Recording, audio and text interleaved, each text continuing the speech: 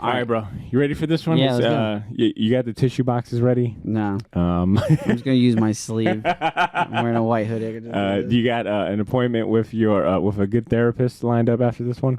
No, because as far as I'm concerned, like if my next therapist looks like Ethan Hawke, I'm just going to like walk out of that room. Oh, for sure. Look, if you walk into a therapist's office and they've got, relics of old deities and, Egyptian gods, I'm definitely looking. I'm looking the other way. Yeah, if their office is the size of a house, Yeah. like for a one bedroom apartment for a Riverside, like exposed brick, Bro, yeah. get out of that house. Yeah, look, if your therapist's office looks like it was, it was designed by the late great Virgil Abloh, you can't afford it. Oh no, you can't even 100%. afford an hour.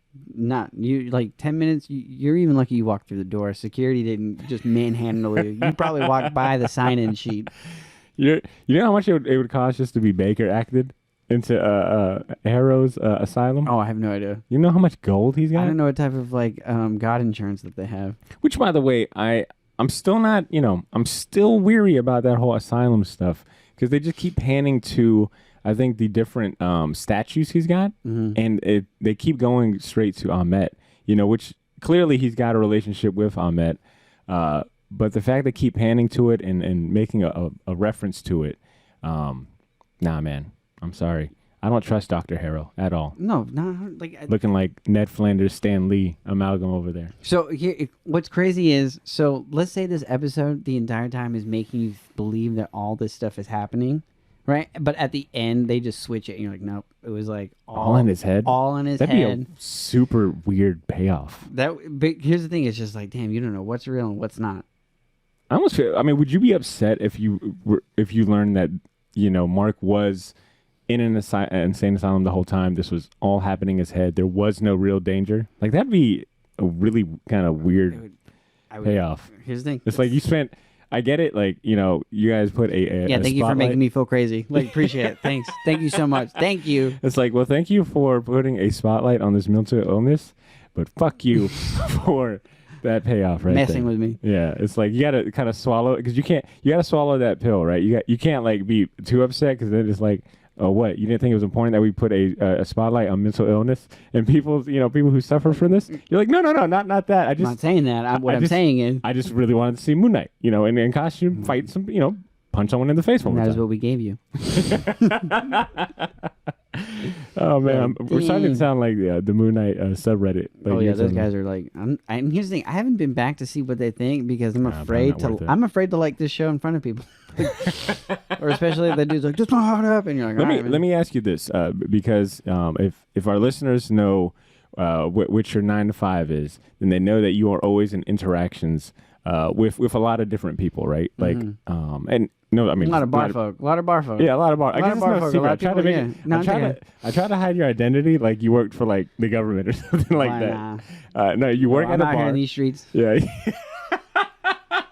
Drew is outside, to say the least. I'm just shaking people down. Did you see that episode? Yeah. Well, I wanted to know because it's been fun as these MCU shows have been coming out. It sounds like you do have a lot of patrons that visit the bar and they'll chat with you about because they know that you're into the MCU, that you have a podcast like this, et cetera, et cetera. Have you? How has the conversation been around Moon Knight at like the bar? Because I know when WandaVision came out, you were mentioning like every day it felt like a patron came in there to talk about it, or you would walk into a conversation about it. Like, have you kind of felt that way with Moon Knight, or have you experienced that? It was really cool. Like, so the caveat to that, what's cool about working at the bar is like they put like sports and then they'll put on like a movie, but each of them have commercials, and there's commercials of Moon Knight that's always airing. And that's what gets people talking. Like, people, like, I'll walk by, they'll see that commercial, and they're like, dude, that thing looks so good. Or somebody will be like, oh, this is good. And that's how it gets. The overall interaction is everybody loves it. They just think it's great. And then what's even crazier is because all this Moon Knight lore is out, like, there's a lot of different people that are like, oh, I think they're going to pull from this and pull from that and pull from this. And I'm sitting there like, I don't even know what you're talking about. All the Egyptian buffs have come out. Yeah, they definitely come out. So, I mean, it's been really, really fun, and it's cool. And everybody's been talking about Oscar Isaac. Dude, and just his acting. He is acting his ass off. And if you didn't already know that about Oscar Isaac, I feel like episode 5 definitely was like a reminder. Like, no. This man will cry in front of himself, and you will believe it. You know, no, he's killing it. My dad has been enjoying Moon Knight so much. Oh, yeah. I didn't even ask you about Pops. I thought he quit after. Yeah, you thought he was out the game. Yeah, I thought he was like, I'm done. No, so he bought he finally bought a subscription to Disney Plus. Snap! This is amazing. A few weeks ago, which was really cool, you know. So he's missed out on all these MCU shows. Oh wow! Hell, I think he's missed out on maybe all the movies post Endgame. You know, I think he decided to take a break from deployment. He was like, you know, I'm gonna go live a happy life with my family. Yeah. He's like, you know what, this isn't my Marvel anymore. So yeah, keep up. I'm good right here. But he bought Disney Plus because I've been hyping up all the MCU shows and everything that's on there. And so he's been watching Moon Knight, and he's been like really enjoying it. He's enjoyed it so much that he came when he was over the house last week. We threw a little party for him for his birthday here. And you know, I was grilling, and I just wanted to have something on the background of the TV. So I had his favorite movie. I had Winter Soldier on. Okay. And he walked in, and he was like, "Man, what about Moon Knight? How good has Moon Knight been?" I was like, "Oh man, you got to watch this. Have you watched a new episode?" This was episode 4 or 3, one of those. And he was like, "Nah, not yet. Matter of fact, can you put it on?" And I was like, "Well, Dad, we got music playing and all this loud noise. You gonna be all right with it?" He's like, "I don't care." So you know, he sat and watched the latest episode of Moon Knight while we got everything ready in the food stuff. All captions, no words. Like he just watched it. And, he was so hype about it. And I thought that was like, damn, the dedication. Because, like for me, it's like when I watch this show or any MCU show or any like, weekly shows I'm into, I need to have the mood right. I can like imagine watching a new episode strictly with captions only, just reading it. Yeah, that would be. You would feel like you half-assed it. You'd be like, I didn't really watch it. Oh, yeah. Here's the thing. What's more? All right, watching it full screen with caption or watching it on your phone with a crack? But you have the sound. But you have sound. You can only pick one. Is this hell or purgatory? This is the scales right here. Is this hell or purgatory? I have no idea. All right. Purgatory. Okay. If I had to pick, damn, that crack would annoy the shit out of me. But you get the sound, you get the action, you get the violent, but you get the biggest screen possible, okay. but it's captioned. But just like a fucking sharp diagonal cut. And it almost like kind of reflects a little bit with a crack. Okay, I would almost probably go the crack. Because sometimes you just want, because you need the sound. Yeah, like, sometimes the sound helps. Listen, 100%. It's like the same effect of like, I can read these lyrics to like Jay-Z, but I'm not going to get the beat down. True. That's good. All right, I think we are properly warmed up. We can get I thought we were talking about Moon Knight. Now we warming up? Okay. We can get this episode really, really, really started. Okay. I'm at the 26-minute mark, water, just for editing's sake. I'm going to take a swig of water. And we're going to get started. Let me go ahead and address and welcome our listeners who are tuning in and waiting for us to stop yapping and get to commenting and speculating. Yo, Short Box Nation. Welcome back for the 5th episode of this weekly Moon Knight recap bonus series we've been doing. Today we'll be discussing the emotionally charged episode 5 titled Asylum. If you're tuning in for the first time, welcome to the show. Thanks for tuning in. My name is Bader Milligan, and I'm joined by my alter identity and much funnier personality, Andrew Torres. What's up, hey, Drew? What up, Drew? What up, man? Thanks for... what are you going to do when this series is over? We got to figure out something else to do. Probably go to the gym finally. Like, I'm putting it off this entire time. I was like, I don't go to the gym because I think I'm going to watch Moon Knight Thursday. So you're saying it's Friday. It's Friday. Yeah. I'm like, I don't think I'm going to go to the gym today. I think I'm going to watch Moon Knight on Thursday. I like that you're using the short box as an excuse for. You gotta get rested. Make sure you get you're right. decent. You're right. So. This is you getting some reps in the gym right here. 100%. Well, I appreciate it, man. And listeners, depending on when you're hearing this, episode 5 is the latest episode of Moon Knight at the time of this recording. So spoiler warning. We'll be talking about important plot points and some nitty-gritty details that might ruin the episode if you haven't watched it already. But we're not following it. Yeah. But that warning specifically applies to our Patreon subscribers who are hearing this on Friday, the same week the episode dropped. But if you're enjoying this commentary, if you're enjoying our commentary on Wednesday for the rest of the Shortbox Nation, this will be more like a recap of events that are about a week old.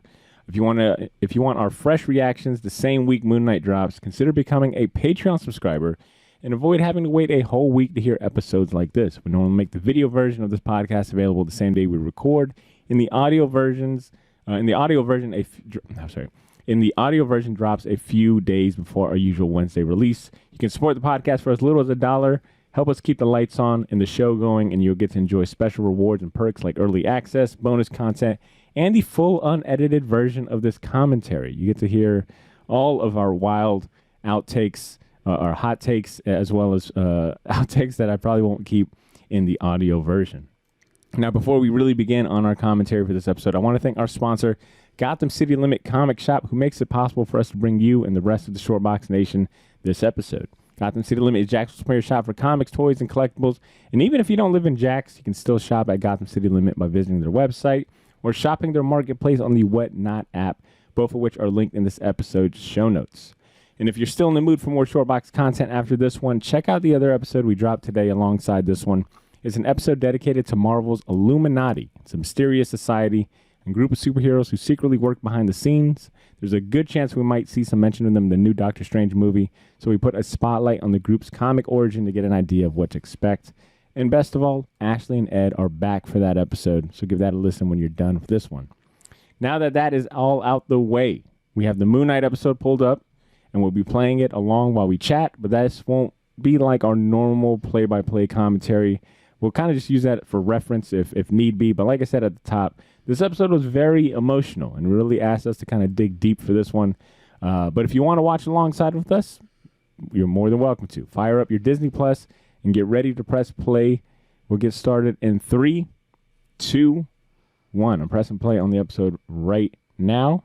Let me go ahead and adjust some of these windows here. All right, Drew, go ahead and kick us off, man. How do you feel about the episode? Like, in few words, how do you feel after watching this? Oh, unbalanced. Dude, I felt unbalanced, like emotionally unbalanced, which is crazy because this episode was about scales. So, why unbalanced? Like, did it throw you for a loop, or were you confused? We lost a very dear friend in this show, technically for a week until the next episode premieres, and maybe he comes back to life, but we don't know. But for a whole time now, I just believe that our great friend Steven has now passed away. Do you think that'll be? I mean, I don't. Definitely not going to be permanent, obviously. Yeah, okay, yeah. But it's just like, it was just sad. It was just definitely like a very, very sad, emotional episode because a lot goes on. I mean, you find out all this stuff just to die. But no, you find out that you're dead, but then you really die. Yeah, or you watch a part of yourself die after going through an experience together to like reconcile and you know, have a lot of very heavy revelations, you know. This episode, and in a few words I've got here, is it was sentimental for all the, you know, reasons that we're about to get into. Stunned, I think, stunned because of some of the revelations they shared, but also to credit like the execution, and I'll get into more detail on that. But also, and we spoke a little bit about this, but really impressed too, man. Like, by Oscar Isaac's by the acting overall, even by the actress that plays, or the actor that plays his mom in this episode, Fernanda Andrade. Hopefully I'm saying that right. I apologize if not. But the acting left me impressed. The execution left me impressed. And the departure too. Like, just the way they framed this episode and the context and the setup. Like, it kept you on your toes, but like, you just couldn't help but watch, man. Like, I was so emotionally invested in this episode. Like, it was one of those silent viewings where you're just sitting and you're like, wow, there is like, I think you mentioned it earlier, but the pacing of this episode was so good. Like, yeah, to add to what you're saying, the pacing is really, really good. And with this one, like you said, paying attention to it with so much importance in the sense of like the last 4 episodes, action. So all this we know is just going to be exposition and narrative, where you're going to be like, all right, this is the information episode where I'm basically have to like read in what's going on and see exactly.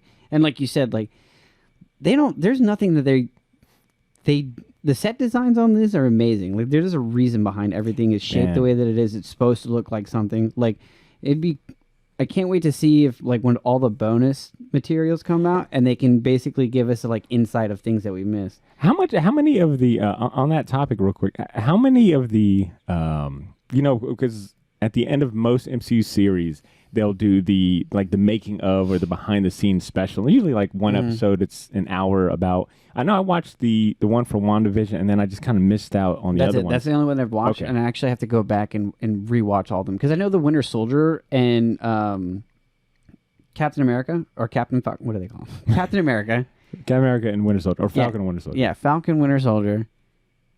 I've seen a lot of that advertised, like the behind like the Avengers Assemble. I really wanted to watch the Loki one because that one was another one that had like a lot of cool animation, effects, set design, and Kang the Conqueror. Yeah, exactly. I want to see how that one was made, but I will definitely be watching this one because, to your point, the effects have been fantastic. I thought Tauret, the hippo goddess in this, the CGI is unbelievable. Yeah, the CGI looks like sharp. Like once again, this is another show that you're clearly like, wow, yeah, this of course has a hell of a great budget. I mean, it's Marvel and Disney and MCU doing like their thing, but something about this feels so crisp and refreshing, and I think it's because of the setting. That this takes place in with Egyptian mythology being at the center of it. It reminds me of a lot. I'm sorry. The last time I was this impressed, I think Eternals. As regardless of how I feel about that movie, I did think that the effects and the setting, especially like whenever they would go back in time and show like them as gods and goddesses, was like so cool to see. Like them really leaning in on the mythology aspect because these heroes are basically kind of gods of their own. But yeah, this everything about the graphics, animation, settings, and all that has been like they've built. You know what?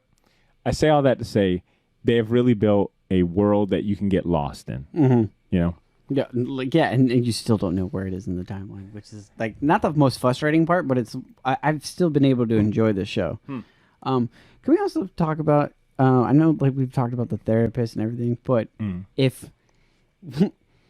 if you were to go to your you're in therapy and you realize that your doctor has this statue of a goddess who basically kills people before they get judged. You know what I'm saying? Would that be a warning sign? Yeah, that'd be like my warning sign. Like, oh, I shouldn't be here. Also, what's even crazier is every time Mark is coming in and out of consciousness. Yeah, because they're in his head right now. I think like this when he goes to the Underworld? Not when he goes to Underworld. When he's in the therapy thing. When he's in the therapy thing, he's in his head. When they're here, they're in his heart. I think that it's just like, to me, if I can connect the head and the heart as a thing for like how he's fractured. If we're reaching. All right, look, if our listeners don't know by now, there's going to be a lot of speculation on our part that are sometimes there's no scientific information to back up any of this information. This is all just hearsay. Yeah, sometimes we're shooting from the hip. Sometimes we land. It's part of the journey. You miss 1,000 shots you don't take. But here's what I'm thinking as far as like the settings between the two. Because when the scenes where he's in the asylum with Steven, with Tauret, like that, I think is kind of literal in a sense. He has died because she does confirm that, hey, you died. You're in the afterlife right now, kind of like in the middle. You're kind of in purgatory until we kind of figure out where you go. Either you're going to go to the Field of Reeds, or you're going to be stuck in the underworld. Yeah. So I think that is kind of literally happening. But the scenes in the asylum with Dr. Harrow, I think that is probably happening in his mind. And I don't know if it's 100% only in his mind, or if it's also maybe being influenced by Harrow as well. I still don't think Harrow's role in that, or his portrayal as his psychiatrist or therapist, is all altruistic. I think there is still a motive, and maybe Harrow has some sort of influence, but it's confusing because at times it's almost like Harrow is helping, kind of guiding Mark and Steven through this session, like having them, because, he advocates for them to speak to one another, and, he tries to speak to them one-on-one, and he treats them both individually. Like, can I speak to Steven? Can I speak to Mark? Yeah. So it's like, sometimes there's a sense where you're like, okay, so he's helping them kind of come to terms together and work together. But then, I don't know. The way that the editing too, man, will throw you off because, you're tracking for 1 minute and they jump, and then you're like, dang, am I supposed to how am I supposed to correlate these two? And maybe I'm overthinking it at this point, but let's take a step back. And Drew, I want to know, when you think of this episode. What scene or moment immediately comes to mind when you like that stands out the most? Oh, when you are in Mark's heart, or like when you find out Mark's memory and you find out like how long he's been killing for Khonshu, and like he has like all their dead bodies like just sitting, and then like they're all sitting in a room, and then Steven's like, "What's going on? Like, why do you have all this?" He's like, "Yo." He's like, I've killed murderers. Yeah, he kind of justifies all these people were bad people. Yeah, that crooked deserves politician, murderers, like monsters. But that doesn't, and it doesn't mean that he feels like they aren't. I guess he's got some sort of sense of remorse or respect for them, right? Like the fact that these people are on his mind, that he remembers their names and in the situations, kind of speaks to Mark's, I think, a character too, where it's like, yeah, he is violent. And I just realized last episode I was going on about how Mark is not violent, and like maybe it's the third personality that's violent, but clearly Mark is definitely violent. He's killed people. Hell, he killed them people in episode 2 when he was getting stabbed, and he decides to defeat everyone. But anyways, back to what you were saying. So that scene to you stands out the most. Oh yes. What about you? I would say I think there's definitely 2, if not 3 big ones that when I think of this episode, I think of the highlights. And the one that immediately comes to mind is Mark having that breakdown outside his home during his mother's Shiva. First of all, that's just such a very powerful scene. Because of the abuse that he endured all his life, he doesn't even go to see, his, pay his respects and his final say his final goodbyes to his mom. Like he just can't, reconcile with that, and for just reasons, right? Like he had been abused his whole life, so it's hard for him to do that. And he walks away and he beats, and he's just pounding his fist on the concrete. Yeah, it's like the way he falls to the ground. Like he's in immense pain. It's like it's not like he just beats the ground. It's like, you can tell all that emotion that's like. That anger, that love, that just it just comes out, and the fact that he's got his keppa in his hand and he's beating that, like, to me it's like he's also having a moment of like, I think he's also like maybe doubting or angry at God too, right? Like that is a symbolic an item in like the Jewish culture, if I'm not mistaken. So for him to like even take it off and beat it on the ground, like says a lot of like disrespect. Yeah, just like of that moment, how much he's going through, and then to see like him revert to Steven, I think at that moment too, it helps the context of the story, because and what does Steven immediately do? Calls his mom. His mom. Man, so that's what he calls his mom, and you're like, and he's so endearing about it, right? Like, he's like, oh, I did it again. I'm so like sorry. He's just having a sweet conversation about her. There's no one on the other line, and like immediately, like just that contrast and juxtaposition between what you see Mark feeling and then how Steven interprets her, like, that was heartbreaking, man. And then it also gave me some context as far as like the timeline and where we see like how we arrived to seeing Steven first, and how Steven kind of like has been living. And in my mind, it's like when his mom passed away, Mark took the back seat, Steven got to be in the driver's seat, and it sounds like for the most part, Steven got to live like his life, right? Like Mark even mentions, you had to live a simple, happy life. You didn't have to, you got a positive view of mom, and you don't even know that she's dead. So in my mind, it's like Steven got to live a life, and Mark probably still, maybe took over at nighttime, thus, the protector of the travelers at night, the whole Khonshu thing. So he did his business at night. Steven lived like a normal life. I would be curious to see, like, I wish they would have maybe hinted at where Layla at this point, like where his marriage with Layla is. Like, it definitely sounds like they were married prior to his mom passing away, but I'm not quite sure about that. Yeah, and it's not a memory here. Like all these it's not a memory of like marketing. This is all memory of him and trauma and stuff that's happened to him. Yeah. And I think this is, like you said, like the literal sense, like right here, they're in his heart right now, because that's what they have to do. They have to balance the scales of their heart to like...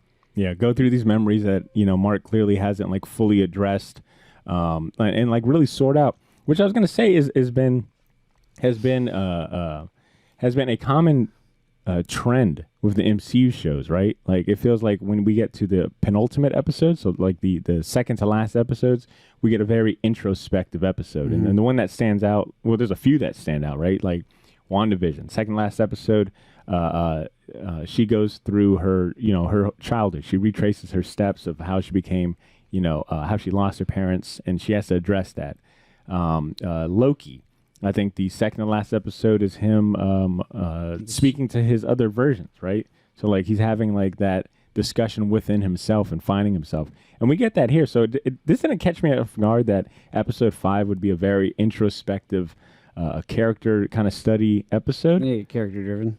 But I will say what really kind of caught me off guard a little bit was that they decided to go through with like portraying it this heavy. Like, there was no real comedy in this. I don't think I might have laughed when Steven punches Mark and he's like, like the fact that he still continues to be like, I can't do it. yeah, like, those little quips. But other than that, this was just a very heavy episode, and no smiles here. There's nothing to smile about in this episode. There was no awkward or ill-timed joke. Sometimes MCU likes to break up the tension with like just a joke, and sometimes they go a little overboard because you're like, man, just let the moment kind of breathe. But I felt like they were kind of honest, and they stuck to their guns as far as like, hey, we're going to portray or get the point across of like how trauma, whether it be like the death of a loved one or like emotional and physical abuse, can really like damage people in more ways than just leaving like a physical bruise.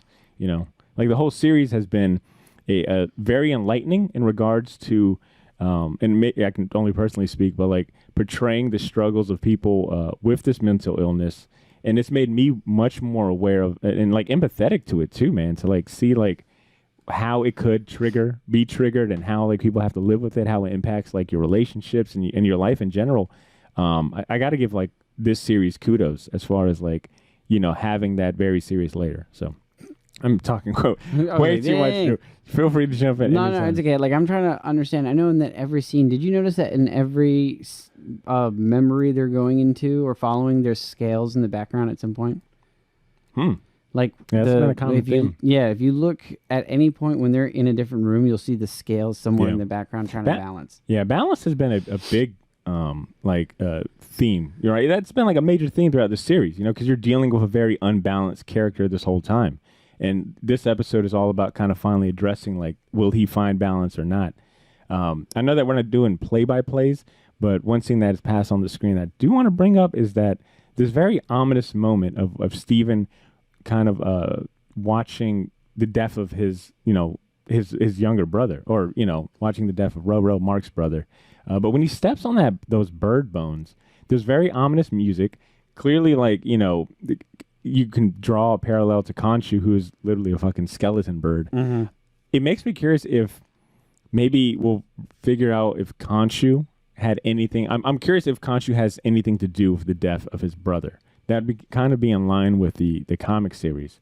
Not literal, not the sense that Khonshu has something to do with the death of his brother in the comics, but Khonshu in the comic books, like, knew about Mark at a young age, knew he had the ID, and like kind of groomed him from a young age. Like he knew like, oh, this kid is going to be my avatar. I'll just keep an eye on him. Mm-hmm. I wonder if they'll play into that. But this is going to be the one of those, like, you were just, like you said, like from the moment that your brother died and this happened, like that's when I would see you. Yeah. Oh, but you think he's the one that caused it? You don't think it's like it happened and then he influenced it? I'm not sure. I mean, I just think that was a very like on the nose moment of him stepping on those bird bones, mm-hmm. and maybe it's just maybe I'm reaching on that, but Reach. Yeah, just curious.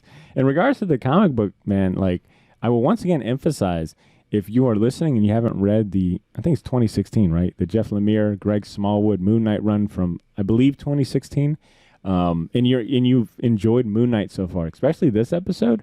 Read that series. I think it's a 12 or 16 part series. And it's easily collected now. They collect it as an ultimate collection. If you were to type in on Amazon, Moon Knight, Jeff Lemire, or something like that. Or your library card. Or your library card. You can get it at the library app. Easy peasy. Or FREE. Yeah, you'll thoroughly enjoy it because this episode lifts a lot from that in the sense of like the insane asylum, multiple parallel things going on, like, scenes taking place in the asylum, and then, Mark kind of figuring out what's reality. Yeah, and also to add to what B is saying, if you want to see like a very beautiful rendition of Moon Knight and just how the art plays, like Greg Smallwood is not somebody to like kind of shake your finger at or just like not pay attention to like what he does for anything. It's so crazy, like, they do it panel by panel, but it's amazing to me how much like emotion that Greg Smallwood can pull out of people, out of those panels. So it's definitely very color driven, and it just feels like it just has that Moon Knight vibe to it. You're like, dang, like this feels like Moon Knight. Yeah. So yeah, where are we at right now? Well, as far as the episode goes, we are watching Steve, or we're watching the funeral scene, of his brother and his mom kind of finally breaking. Yeah, we talked about that already. So this is the one thing that there's so many questions that arise from this entire episode. Because is that one of your questions? Like, what questions do you have? Yeah, I was gonna say, like, does this episode, like, what questions do you have? Where's now? the dad in all this? Bro, he is trying to keep this household together. It's just like, but it's he's like got an angry, depressed wife, and same thing with his son. And they're both at conflict. Like, that is an interesting position to be in. And then they're doing a lot of time jumps for this. This isn't like 1 year. Like, you're getting like different parts of like, all right, his brother passed away, and like he's like, oh, like once again. Yeah, I tried to count the candles when he's blowing them out. I think this takes place between like the ages of him being 10, 11, and 12, and then of course they jump into him being like a young man, and then eventually in the military. Like, all right, well, I'm out of here. I'm just gonna go do my own thing, and then I'll be back, or I won't be back. We'll see how it goes. Well, I want to shift gears, because the other, this is definitely like the origin episode that we've been waiting on. So not only do we get an understanding of Mark's childhood and his past, his relationship with his mom, like the cause of him, the cause of his DID. But we also get to see, and I felt like in a very short but streamlined and efficient way of showcasing his origin as Moon Knight. Let's talk about that sequence in particular. What did you think about the execution of him becoming Moon Knight? Like, seeing like how he made the deal with Khonshu. If you want my like just jokey, it was cool. It was cool to see, but it was very, very quick. It was funny. It was just very much like, hey man, listen, you're dying. He's like, what was that? He's like, listen, I got you. I can fix you up. I can patch you up. You'll get a cool suit.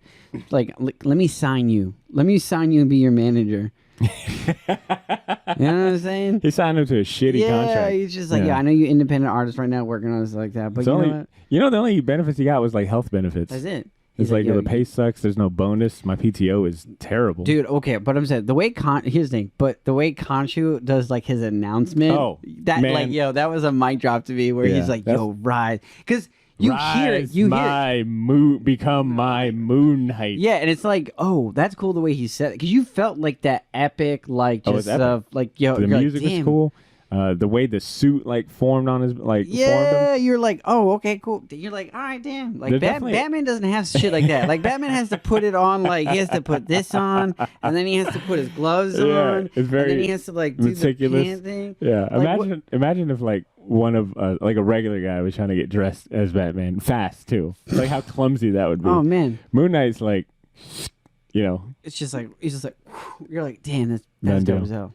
Yeah, no problem. I mean, I thought it was very well done. It was paced. It was cool. Of course, it would have been in a cave. Well, like a frat party gone wrong. But they hit all the. And I mean, like I said, I bring up the comic book references and tie-ins just because I am curious to see how they pull and rework. I'm not asking them to be beholden to panel by panel, but for the most part, they took the regular origin and made it work, right? Like they mentioned Bushman, they mentioned his military past. They execute that wrong. scene. Yeah, it was a deal that went wrong, and then he basically not really a deal that did wrong, but at first I was like, Steven is telling him like, hey man, Khonshu took advantage of you, and I'll admit at first I was like, well, I mean the deal was that he gets to, it's either live or die, but it's like I guess maybe what Steven was bringing up was like, he probably wouldn't have given you that deal, and you could have like, unfortunately, found peace in death if you didn't have, if your mind wasn't fractured, if you didn't have DID. Like Khonshu only gave you that deal because he knew you were easy to manipulate, and he probably wouldn't have given that to anyone else. There was something in, he clearly saw that Mark had some illness going on, and he could manipulate that, and which is in line with Jeff Lemire's run big time. But it makes sense, right? Like, Khonshu is a god. Like, he don't give a shit about, no, you're his just servants. Like, he's quick. You're like, blink of an eye. It's like, all right, listen, I've lived for millennia. You are just, but like, you're the 30 seconds on a microwave button. No, That was a hell of a comparison. Yeah, You're but 30 that's exactly seconds. right. 30 seconds. You know what? It's like start. It's like 30 seconds, and then it's just like boom, it's done. You're like, yo, that to me is 100 years of your life. That's a good point. Like, all right, man. All right, I'll give you that. Heat up hot pockets to your life. I'll give you that. I'll give you that. How cool is it? The commentary is fun to watch, man. I know that, I think we've talked about how at this point, even though they are two different sides of the same coin, like Mark and Steven are technically the same person.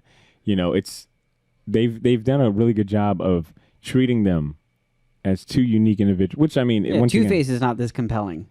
But I'm being honest. Like Two-Face probably suffers with that. He has two different identities that he works with. You have the harm things like that, but it's not that. Like I believe Mark's and Steven's like duality of struggle of like this good against evil, but it's not even good against evil.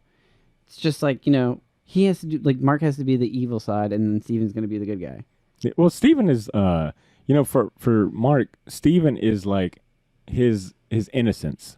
His childhood, if the events of his brother and his mother never happened, like that is his like best life, like given like life or an identity. So it's like you're really watching like this duality, like have to work together. But also, what I was trying to get at is not at all, not at all. What I was trying to get at is that Mr. Mark. Yeah, you're full of quips today. I'm trying. I get you that. What I was trying to get at is that these scenes, it's fun to watch Oscar Isaac play two parts of himself, right? You think he got double paid? Man.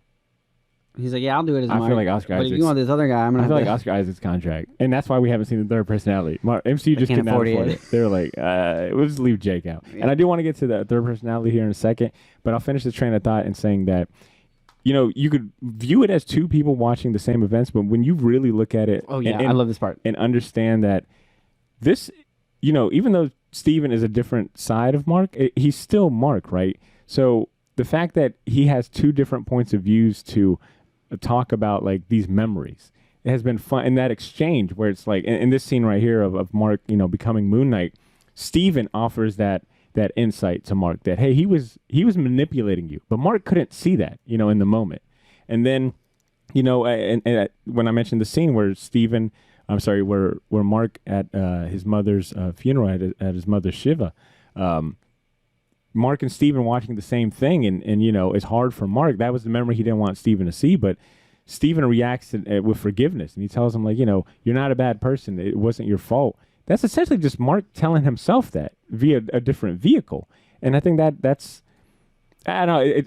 It really is just like very powerful, right? Like to watch him find that forgiveness within himself. Granted, it had to be done via a different personality, but how many times I think we can all relate to where it's like, you might be looking for forgiveness or acknowledgement or something from somewhere else, like outside of yourself. And really, sometimes all you need is just to forgive yourself. Like, look within and be the person to forgive yourself to move on. That was beautiful. I like, how am I supposed to follow up with that? It's like, yeah, man, his moon rings are cool. But no, I understand. Like, what was the thing that you said? Like, Mark has already lived it.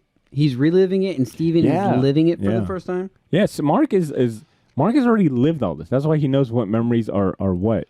Steven is not. Steven, and I think Steven is kind of represents the viewer, right? Like we haven't seen this unfold. Like he is our vehicle to getting Mark's origin. But that doesn't mean that it's not as impactful still for Steven because he is living this for the first time. Like how jarring was it and like just kind of like sentimental was it to watch Steven watch his birth or his origin, right? Like that was... Do you think that's the reason why... Well, yeah, like you said, let's come to face it. So do you think that Steven is the one that's the most unbalanced one? And that like... What? Nah, dude, I would say... Steven is more balanced than Mark?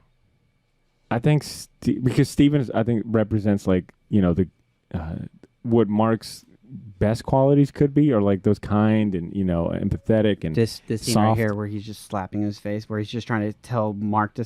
This is another thing I'm saying. Is the entire time that Mark is trying to protect Steven. That's one thing that I always think is awesome. Is like Steven's like, no, what's going on? He's like, listen, you don't understand. Like you couldn't possibly understand. And Steven's like, I think I can, mate.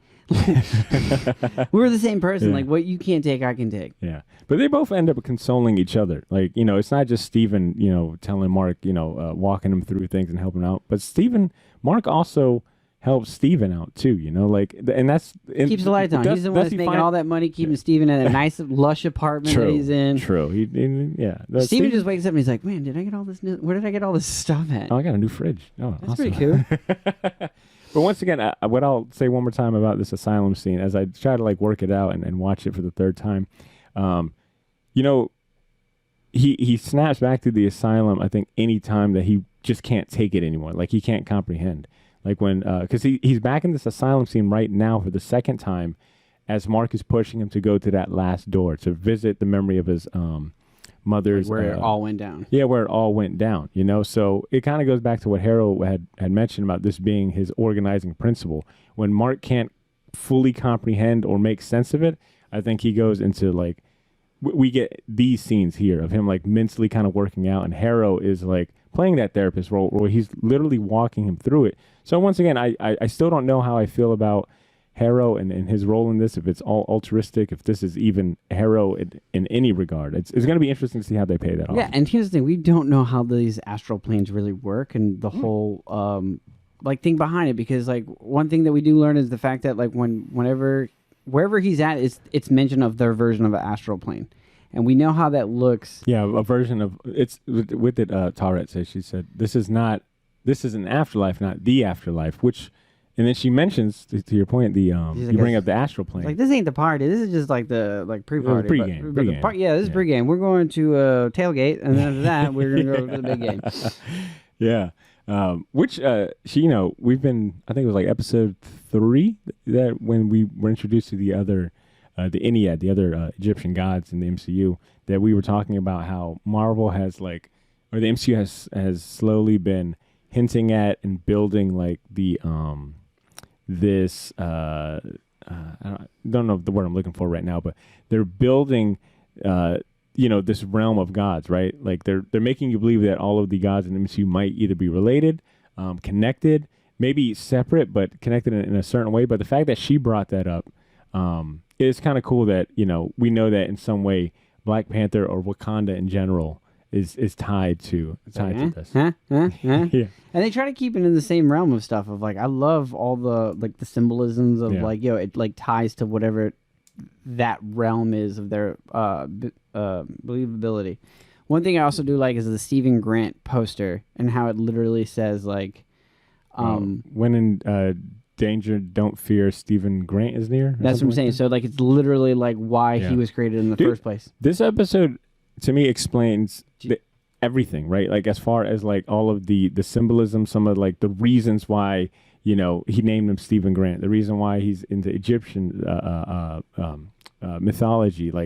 This episode was the last piece you needed to kind of fit in why a lot of things are going on. Wait, hold on one second. So let me get this straight. Stephen Grant. So his mom walks in and he's already Steven and she's hitting him as Steven? I was a little confused by that. So that's what I'm saying. He was what I got out of it was Steven was created to take all the blunt of the abuse. No. Are you sure? I don't know about that because Steven doesn't have any recollection of his mother in a negative light. He's shocked at all of this. And Mark in this speech that we're watching right here is that he's telling her that, or telling him that you were created to escape that. There's a reason why you got to live a normal, simple life, why you still think mom is great. Okay. I got to rewatch this again and again just so I can clear it. Because this is one of those you can read too deep into what a lot of the stuff is. Yeah, and I'm trying not to, but granted, when we do these episodes, it kind of forces us to maybe overanalyze some scenes, but some of that is the fun of it. And I'm very curious and excited to see how they wrap it up. And if they're going to leave anything loose or open for interpretation, I don't think they're going to give us, hey, this is, obviously not, right? They wouldn't underestimate our intelligence. I think, I'm curious to see what they leave open is what I'm getting at. And one of the threads that I'm surprised, where I had a feeling that I was thinking that maybe they would address it in this one, is the third personality that they've been kind of hinting at. They didn't mention the third sarcophagus in the last episode. No, they didn't. the word the words Jake or Lockley haven't been brought up at all. I've seen more YouTubers and friends bring it up than the actual show itself, and I'm curious to hear your thoughts on whether you think we're going to see a third personality or not. See, whether we're going to get a far Jake as Lockley. like, yo, the third personality is going to be Mephisto, as far as I'm concerned. It's Mephisto, and he's the third personality. That's like where I'm at right now. I really don't know. Kudos to them for teasing that and giving us that, because they are good at, I don't want to say trolling, but they are good at putting getting talking points going, like keeping the conversation going and the analysis and like guessing going, right? At this point, would you want to see like season 2 of Moon Knight? Oh, come on, man, that's an easy question. I wasn't even asking. Yeah. I'm not gonna ask you stupid questions. Yeah, okay. But would you want to see do you think we're going to get any more information on that? Because that could be something they carry over to a third season. Is like a third season, the third one comes. Yeah, or a second. No, fuck season. that. No, Yeah. second season is about the first two. The third season, that's how you bring the Yeah. third personality I got back. you. Yeah. I got you. Introducing a new character. Which what might make a good like plot point to go into more detail into like a second season, right? Like this season, we're getting introduced, and maybe you almost have to handhold it. Maybe that is Okay, like, what if this ends on a cliffhanger? yeah. Do you get upset? Not at all. Not if I know a second season's coming out. Because if a second season comes out, maybe that is the plot point where it's like they are exploring, hey, there's a third personality neither one of us knew. And let's figure out where this came from. Yeah. Now you have to explore Mark's past even more. This episode, the next episode ends with the third coffin opening. And you're like, dang! And then that's how That's it a ends. mic drop right there. That's it. That's how it is. The third coffin is going to open and you're going to just see a hand. Yeah.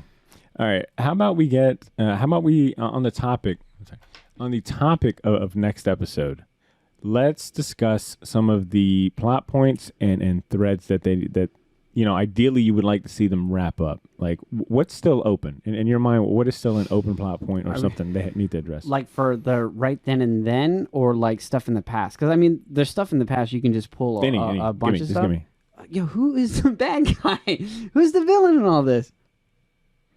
Like, who's the villain? You should for the line, like I'm saying, who's behind everything? That's what I want to know. I want to know who is literally behind everything. You don't think the obvious answer is Harrow or Ahmet?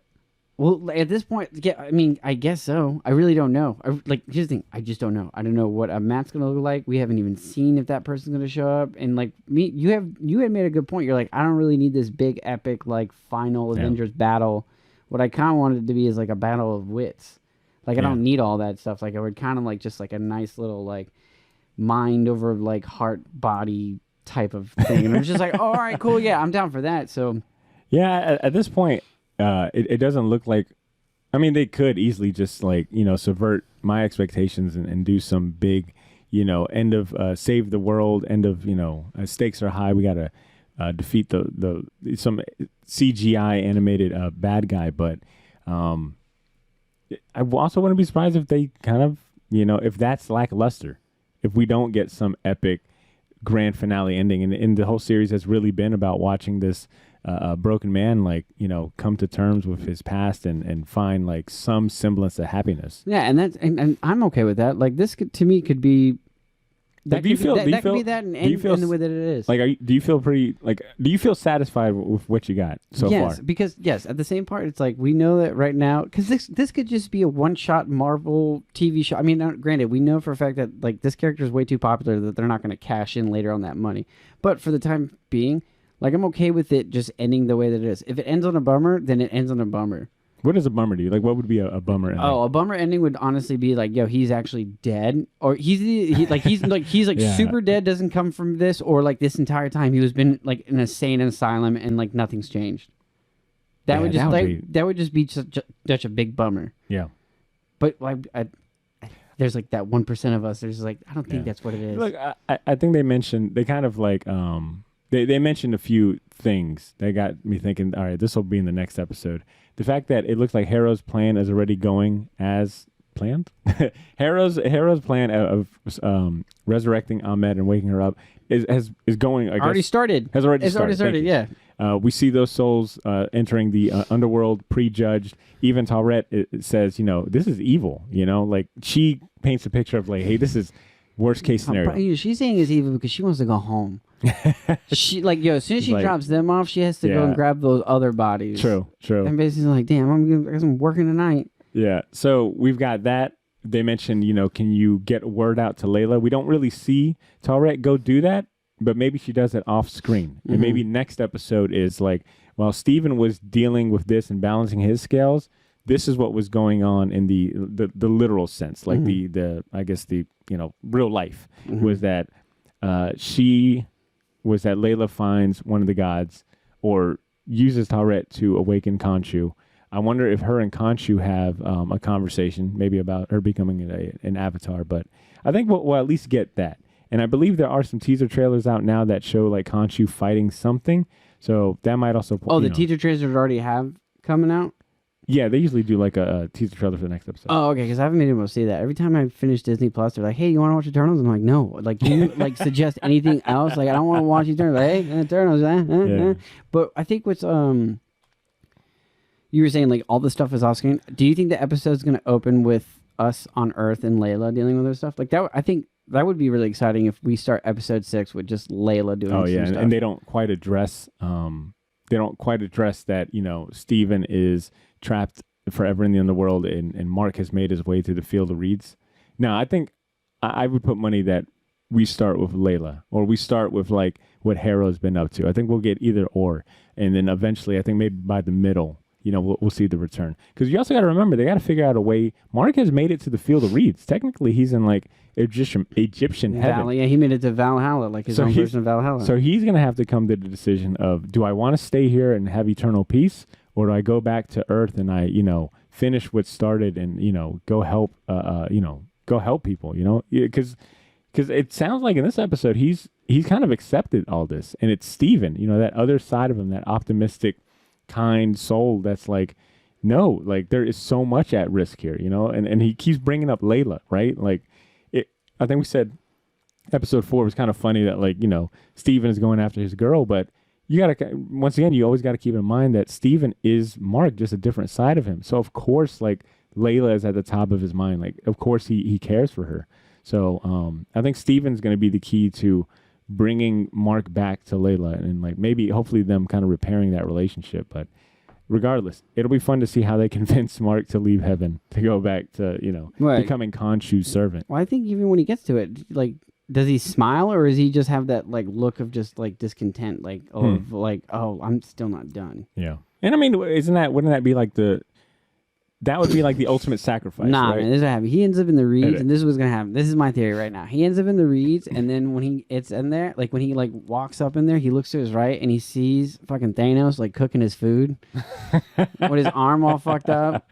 What is Thanos doing in the field of reeds? I'm saying, like, he's just like, yo, Thanos died. He gets his little goodbye or whatever. I just think, like, yo, what if Mark ends up he's not in the field of reeds. He's just on the planet that Thanos was, that wanted just peace and quiet. And then Mark just shows up and he looks. That's insane. You're saying eventually Mark walks through the field of reeds and he sees, what if they do a little Easter egg and you see, like, the Thanos scarecrow? And you're like, and Mark looks at it, there's a story there. But I'm not going to ask. He's like, okay. He's like, what are these stones? As funny as that would be, it's not going to happen. I think that would, I don't know, man. Hold out hope, bro. You never know. Hold out hope. But I think that would be the ultimate sacrifice, where Mark has finally has balanced his soul. He's addressed these things that he's kept close to the chest, and he's got to make a decision. Either live in eternal bliss and happiness, or go back to becoming the servant of Khonshu for the greater good on Earth.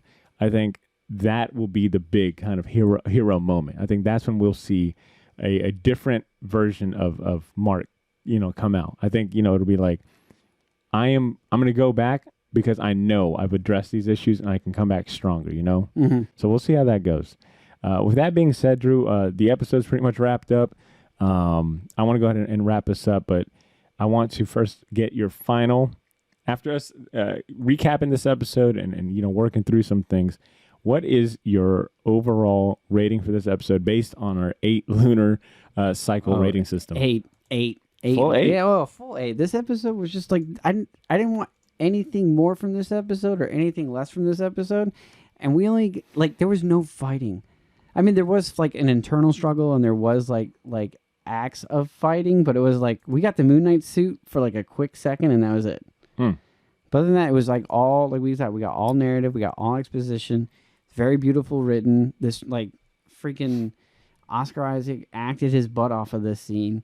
Big time. Yeah, and it like like you said, it was crazy that this episode had nothing funny about it.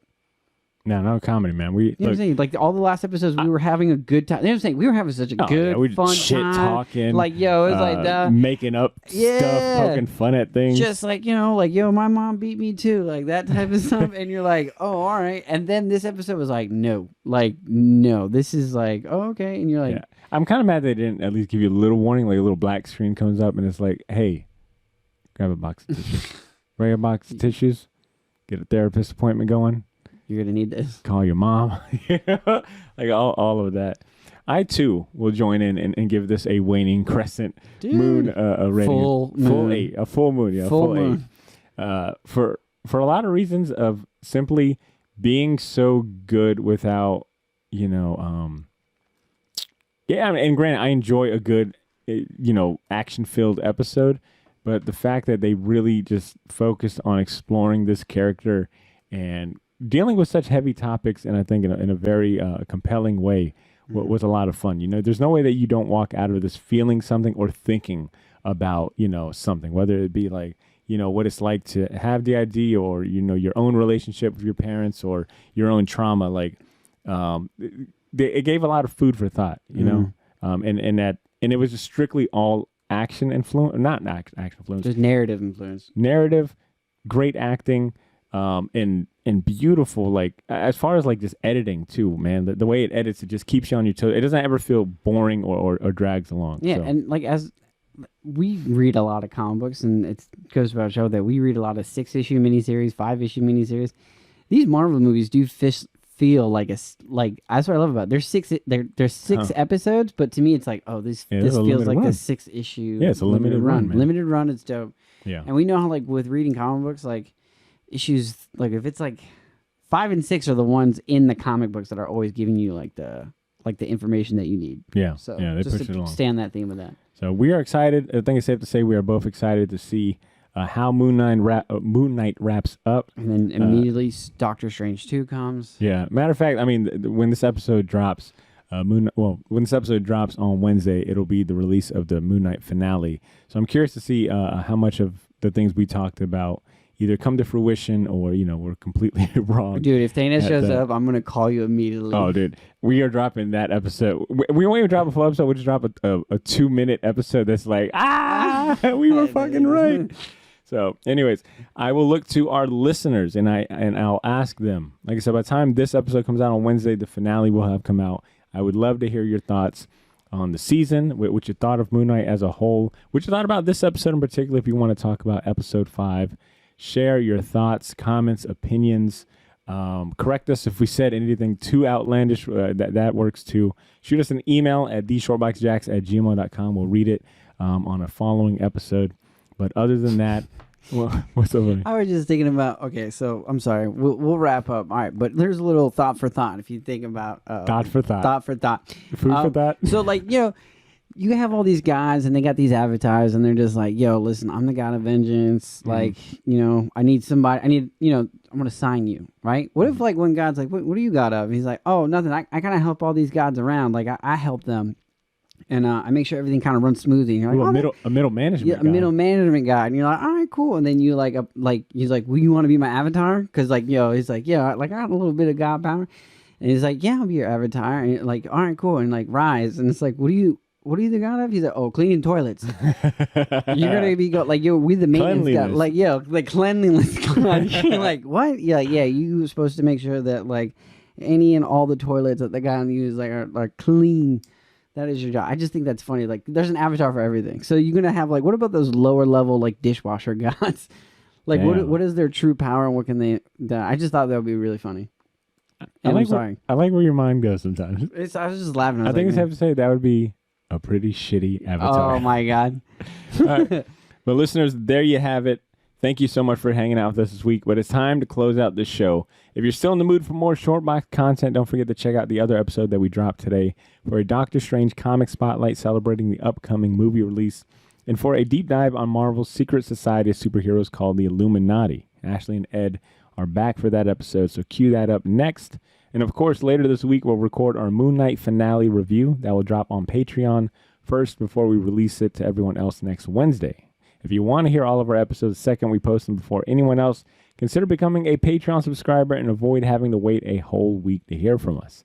Sign up for our Patreon using the link in this episode's show notes and support the podcast for as little as $1. Go to patreon.com/theshortbox right now or click the link in this episode's show notes to sign up and enjoy special rewards and epic bragging rights when you become a member of the Shortbox Elite.